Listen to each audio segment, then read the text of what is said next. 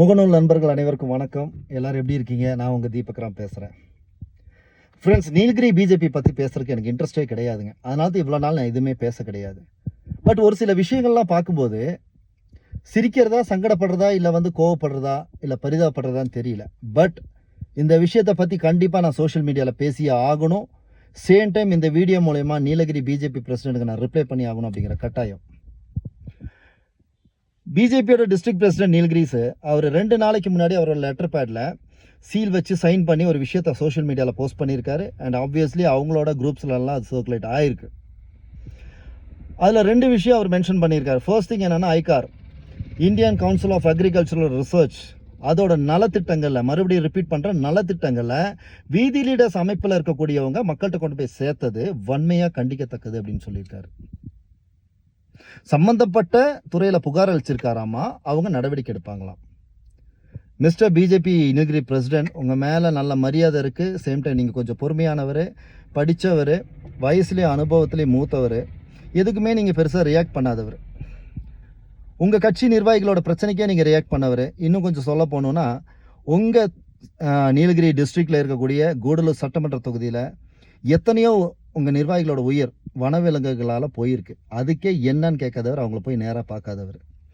நீங்கள் வீதி லீடர்ஸ் அமைப்பில் இருக்கவங்க மத்திய அரசாங்கத்தோட திட்டத்தை விவசாயிகள் கொண்டு போய் சேர்த்தது தப்புன்னு சொல்கிறீங்க. தப்பு சார்.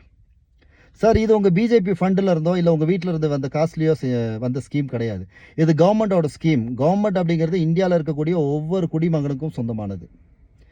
இந்தியாவில் இருக்கக்கூடிய அனைத்து மக்கள் யாரெல்லாம் தகுதி வாய்ந்தவங்களோ அவங்களுக்கெல்லாம் அந்த திட்டங்கள் போய் சேர்ந்தாகணும். நியாயப்பிரகாரம் நீங்கள் செஞ்சுருக்கணும், நீங்கள் செய்ய தவறிட்டீங்க.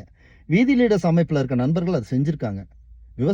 விவசாயத்தை பாதுகாக்கணும், விவசாயிக்கு தான் முதுகெலும்பு நாட்டோடது அப்படின்னு சொல்லி எங்கள் தலைவர் சொல்லியிருக்காரு, அண்ணாமலை அவர்கள். ஸோ அதோட அடிப்படையில் நாங்கள் விவசாயிகளுக்கு சேர வேண்டிய விஷயங்களும் திட்டங்களையும் கொண்டு போய் சேர்க்குறோம். இதில் உங்களுக்கு என்ன பிரச்சனை? ஏன் சார் இப்படி பண்ணுறீங்க?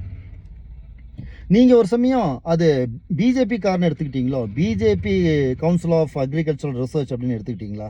மேபி அப்படியா இருக்கும். அதனால தான் நீங்கள் இப்படி ஒரு ப்ரெஸ்ஸில் சோஷியல் மீடியாவில் போஸ்ட் பண்ணியிருக்கீங்க. சார், அது பிஜேபியோட ஃபண்டு கிடையாது சார். அது கவர்மெண்ட்டோட ஃபண்டு, மக்களோட வரிப்பணம். மக்களுக்கு நியாயமாக போக வேண்டிய திட்டங்களை வீதி லீடர்ஸ் அமைப்பில் இருக்கக்கூடிய நண்பர்கள் நியாயமான முறையில் கொண்டு போய் சேர்த்துருக்காங்க. நீங்கள் பாராட்டிட்டையும் பரவாயில்ல, கொச்சப்படுத்தாதீங்க, சரியா? 2வது விஷயம், வீதி லீடர்ஸில் இருக்கவங்க பிஜேபி ஆட்களை மூளை செலவை செஞ்சு கொண்டு போகிறாங்க. யாரும் போக வேண்டாம். அதை தாண்டி வீதி லீடர்ஸில் இருக்கவங்க கூட எந்த தொடர்பு வச்சுக்க வேண்டாம். அப்படி தொடர்பு வச்சுக்கிட்டா நடவடிக்கை எடுக்கப்படும் அப்படின்னு சொல்லி போட்டிருக்கீங்க. சார், நான் ஒன்று கேட்குறேன். நான் கொஞ்சம் தன்மையாகவே பேசுகிறேன். ஏன்னா எனக்குன்னு ஒரு மரியாதை இருக்குது. அதனால் டீசெண்டாக ஒரு விஷயத்த சொல்கிறேன். ஒரு குடும்பத்தில் 4 பேர் இருக்காங்கன்னா 4 பேருக்கும் சுய புத்தி இருக்குது. அவங்க முடிவுகளை எடுக்கலாம், இல்லையா?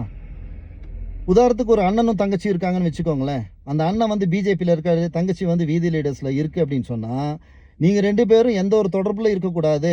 அப்படி இருந்தீங்கன்னா உங்கள் மேலே நடவடிக்கை எடுப்பேன் அப்படின்னு நீங்கள் சொல்ல வரீங்களா? குடும்பத்தை பிரிக்கிறீங்களா? சார், உங்கள் கட்சி ஆளுங்களை நீங்கள் கண்ட்ரோலில் வச்சுக்கோங்க. உங்கள் கட்சி ஆளுங்களுக்கு நீங்கள் என்ன வேணால் அட்வைஸ் பண்ணுங்கள், தப்பு கிடையாது. குடும்பத்துக்குள்ளே போகிறதுக்கு நீங்கள் யார் சார்? உங்கள் ஃபேமிலிக்குள்ளே இருக்கிறவங்கள நீங்கள் நல்லது கெட்டது சொல்லிக் கொடுங்க. சேம் டைம் அவங்கள கண்ட்ரோல் பண்ணுங்கள். வாட் எவர் யூ விஷ் நீங்கள் பண்ணுங்கள். நாங்கள் யாரும் அதுக்குள்ளே வரல. ஆனால் வீதி லீடர்ஸ் அமைப்பில் இருக்கக்கூடியவங்க கிட்ட தொடர்பு வச்சுக்க வேண்டாம் அப்படின்னு சொல்கிறீங்கன்னா அது எனக்கு புரியல. அப்போ ஒரு குடும்பத்தில் இருக்கவங்க வெவ்வேறு சிந்தனையில் இருக்கக்கூடாதா? இது ஒரு அமைப்புங்க. இது சர்வீஸ் பண்ணிகிட்ருக்கோம் மக்களுக்கு, இளைஞர்களுக்கு, விவசாயிகளுக்கு எல்லாத்துக்கும் சர்வீஸ் பண்ணிகிட்ருக்கோம். அந்த சர்வீஸை தடுக்காதீங்க சார். கவர்மெண்ட் அப்படின்னு சொன்னால் எல்லாருக்குமே பொதுவானது தான். அது சென்ட்ரல் கவர்மெண்ட்டாக இருந்தாலும் சரி, ஸ்டேட் கவர்மெண்ட்டாக இருந்தாலும் சரி, எல்லாருக்கும் பொதுவானது. மக்களோட வரிப்பணத்தில் தான் ஒவ்வொரு ஸ்கீம்ஸ் வருது. அந்த ஸ்கீம்ஸ் பயனாளிகள் பயன்படுத்தணும். ஒரு கட்சிக்காரராக சென்ட்ரல் கவர்மெண்ட்டோட ஸ்கீமை நீங்கள் கொண்டு போய் சேர்த்துருக்கணும், தவறிட்டீங்க. வீதி லீடர்ஸ் பண்ணிகிட்டு இருக்கோம். தயவுசெய்து இது மாதிரியான விஷயங்களை பண்ணாதீங்க. முடிஞ்சால் மக்களுக்கு நல்லது செய்யுங்க, உங்கள் கட்சியை வளர்த்துக்கோங்க. தயவுசெய்து நல்லது செய்கிறவங்கள தடுக்காதீங்க.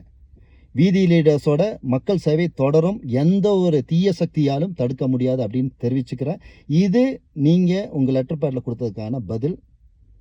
உங்களுக்கு புரியும்னு நினைக்கிறேன். நன்றி.